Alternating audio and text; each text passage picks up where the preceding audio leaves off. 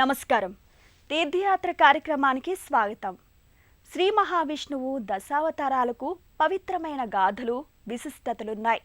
త్రేతాయుగాన శ్రీరామచంద్రమూర్తిగా భూమిపై అవతరించి ధర్మాన్ని 4 పాదాలు నడిపించి రామరాజ్యాన్ని ధర్మపాలనకు దారి చూపాడు. ద్వాపర యుగాన శ్రీకృష్ణ పరమాత్ముని రూపంలోనూ ధర్మం వైపు నిలిచి పాండవులను మహాసంగ్రామం నందు విజేతలుగా నిలిపి జగన్నాటక సూత్రధారిగా పురాణగాథల్లో మిగిలాడు. కలియుగాన శ్రీ వెంకటేశ్వరునిగా భూమిపై కేగి ఆపదల్లో చిక్కుకున్న మానవులను కాపాడి ఆపద మ్రొక్కులవాడిగా భక్తుల మదిలో నిలిచాడు. అలాగే మరో మహత్తర అవతారం నృసింహావతారం.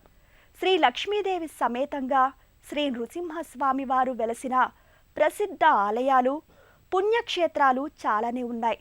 ఆ క్షేత్రాల్లో ఒకటైన ఆలయ విశేషాలను ఈనాటి తీర్థయాత్రలో వీక్షిద్దాం. శ్రీ మహావిష్ణువు దాల్చిన దశావతారాలు లోక కళ్యాణార్థం భువిపై ఉద్భవించిన ప్రధాన అవతారాలు.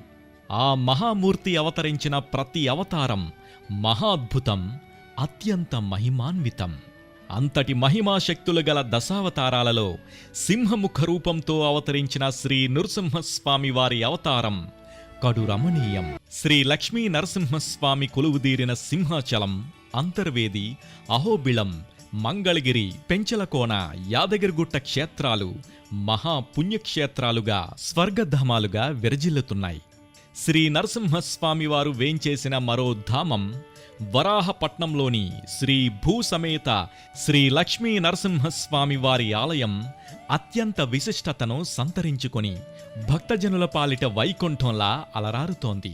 కైకలూరు మండలం వరాహపట్నంలో శ్రీ భూదేవి సమేతంగా కొలువైన శ్రీ లక్ష్మీ నరసింహస్వామి వారి ఆలయం ప్రసిద్ధిగాంచిన ఆలయాల్లో 50వ ధర్మక్షేత్రంగా భాసిల్లుతోంది.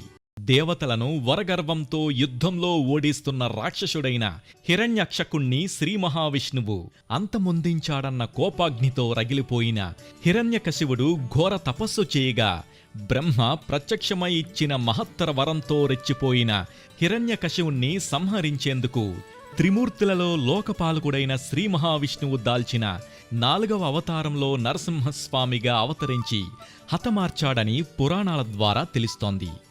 నరసింహావతారం, నృసింహావతారం, నరహరి, నరసింహమూర్తి, నరసింహుడు అన్న నామాలతో శ్రీ మహావిష్ణువు ఉద్భవించి కీర్తించబడుతున్న 4వ అవతారం.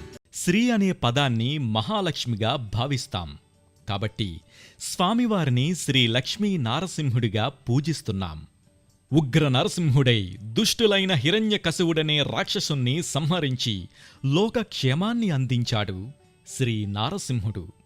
అటు మనిషి రూపంగాక ఇటు జంతు రూపంగాక భువిపై అవతరించిన శ్రీ నారసింహుడు నెలవైన భూసమేత శ్రీ లక్ష్మీ నరసింహస్వామి వారి ఆలయం వరాహపట్నం భక్తులకే గాక సుదూర ప్రాంత భక్తులకు నమ్మిన దైవంగా, కోర్కెలు తీర్చే దైవంగా విశేష పూజలందుకుంటున్నాడు. శ్రీ భూసమేతంగా కొలువుదీరిన నృసింహ ఆలయ నిర్మాణం, పునర్నిర్మాణం వెనుకటి చరిత్రను, గర్భాలయ అందాలను, ఆ స్వామివార్లకు జరిగే వివిధ పూజా కార్యక్రమాలను తెలుసుకుందాం. కలిదిండి, రామవరం, వరహాపట్నం ప్రాంతాలను 16వ శతాబ్దంలో పాలించిన కర్నూలు జిల్లా వాసులైన కామినేని వంశంలోని 9వ తరానికి చెందిన కామినేని వెంకయ్య గారు శ్రీరంగంలోని ఆలయాన్ని, ఆలయ వైభవాన్ని, అంతరాలయంలో కొలువైన శ్రీరంగనాథ స్వామివారిని దర్శించి భక్తి పరవశులయ్యారట. తరువాత కామినేని వెంకయ్య గారు బంధువులిచ్చిన సలహా మేరకు వేదాద్రిలోని శ్రీ యోగ లక్ష్మీ నరసింహస్వామి వారి ఆలయాన్ని దర్శించి వరహాపట్నంలో శ్రీ లక్ష్మీ నరసింహస్వామి వారి ఆలయం నిర్మించాలనుకున్నారట. శ్రీ లక్ష్మీ నరసింహస్వామి వారి ఆలయ నిర్మాణ సంకల్పంలో భాగంగా తన యావదాస్తిని 3 భాగాలుగా చేసి ఒక భాగం ఆస్తిని ఆలయ నిర్మాణం, నిర్వహణ, నిత్య నైవేద్యములకు సమర్పించారట.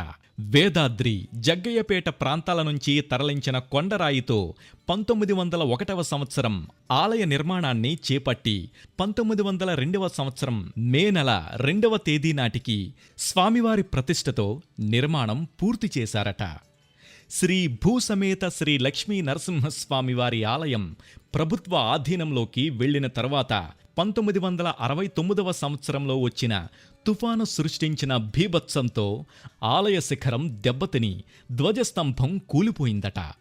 ఆ తరువాత 1978వ సంవత్సర కాలంలో కామినేని పట్టాభిరామయ్య దంపతుల ఆధ్వర్యంలో శిఖర ప్రతిష్ఠ పునర్నిర్మించబడిందట. ఆ ప్రాంతంలోని ఆలయాల్లో గల ధ్వజస్తంభాలలో ఎత్తైనది కావడంతో 1993వ సంవత్సరం బర్మా నుండి ధ్వజాన్ని తెప్పించి ప్రతిష్ఠించడం జరిగిందట. తుఫాను కారణంగా శిథిలమైన శిఖరం ధ్వజస్తంభాలను పునః ప్రతిష్ఠించిన తరువాత వరహాపట్నంతో పాటు చుట్టుప్రక్కల గ్రామాలు శ్రీ భూసమేత శ్రీ లక్ష్మీ నరసింహస్వామి వారి అనుగ్రహంతో సిరి సంపదలతో ఇక్కడి గ్రామాలు సౌభాగ్యంగా వెలుగొందాయట. భక్తులకు అపార నమ్మకాన్ని, భక్తిని పెంపొందించిన స్వామిని ఎంతో ఘనంగా పూజిస్తారు ఇక్కడి భక్తులు.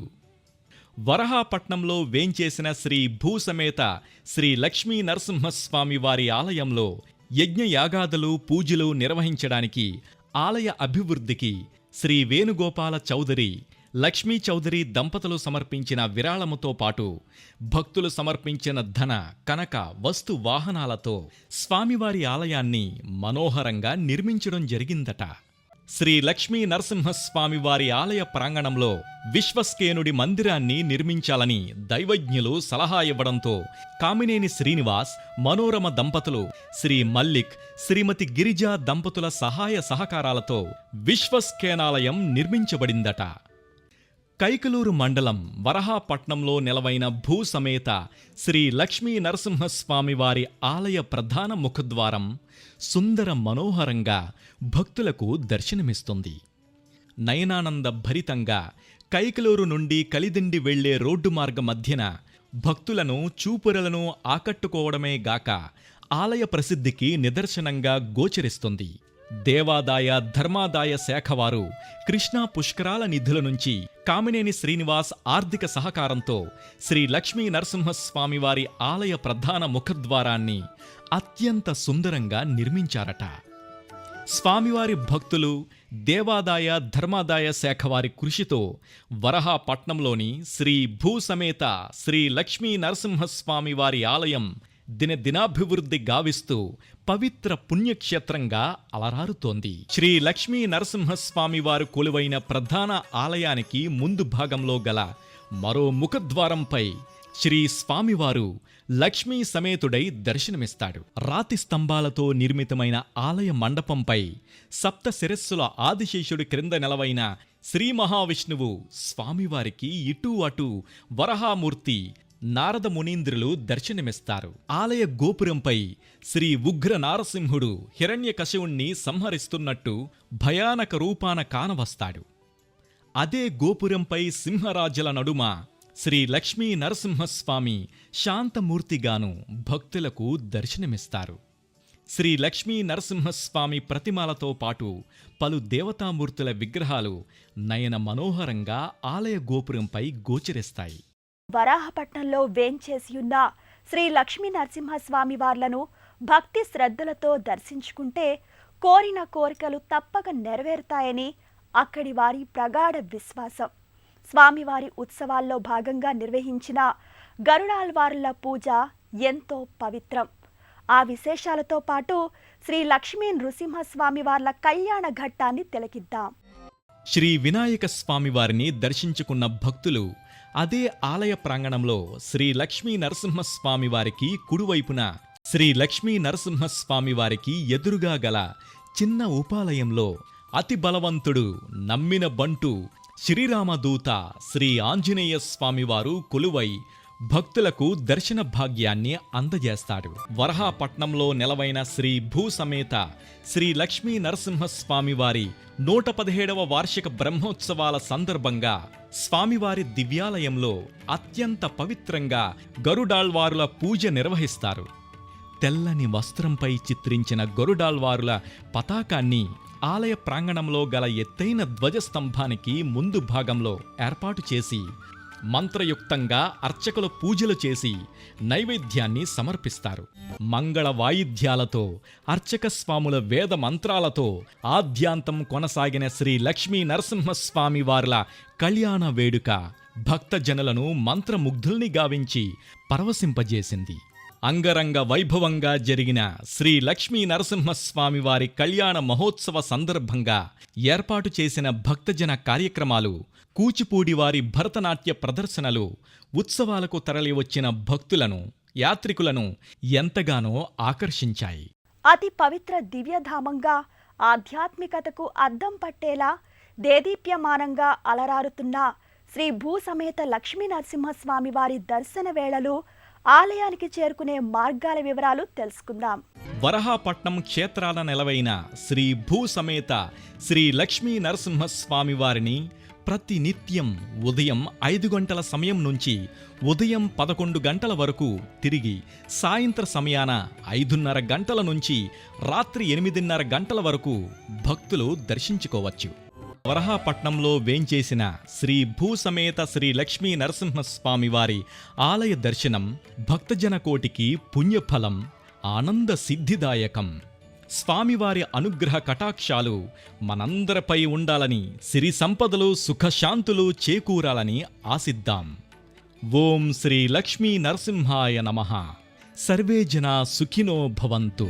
వరాహపట్నంలో భాసిల్లుతున్న శ్రీ భూసమేత శ్రీ లక్ష్మీ నరసింహస్వామి వారి ఆలయ దర్శనం ఆనంద సిద్ధిదాయకం, పురాణ పుణ్యఫల సిద్ధిదాయకం. ఆ స్వామివారి కృప ఎల్లప్పుడూ మనందరిపై ఉండాలని ఆశిస్తూ మరో దివ్య ఆలయ విశేషాలతో కలుసుకుందాం.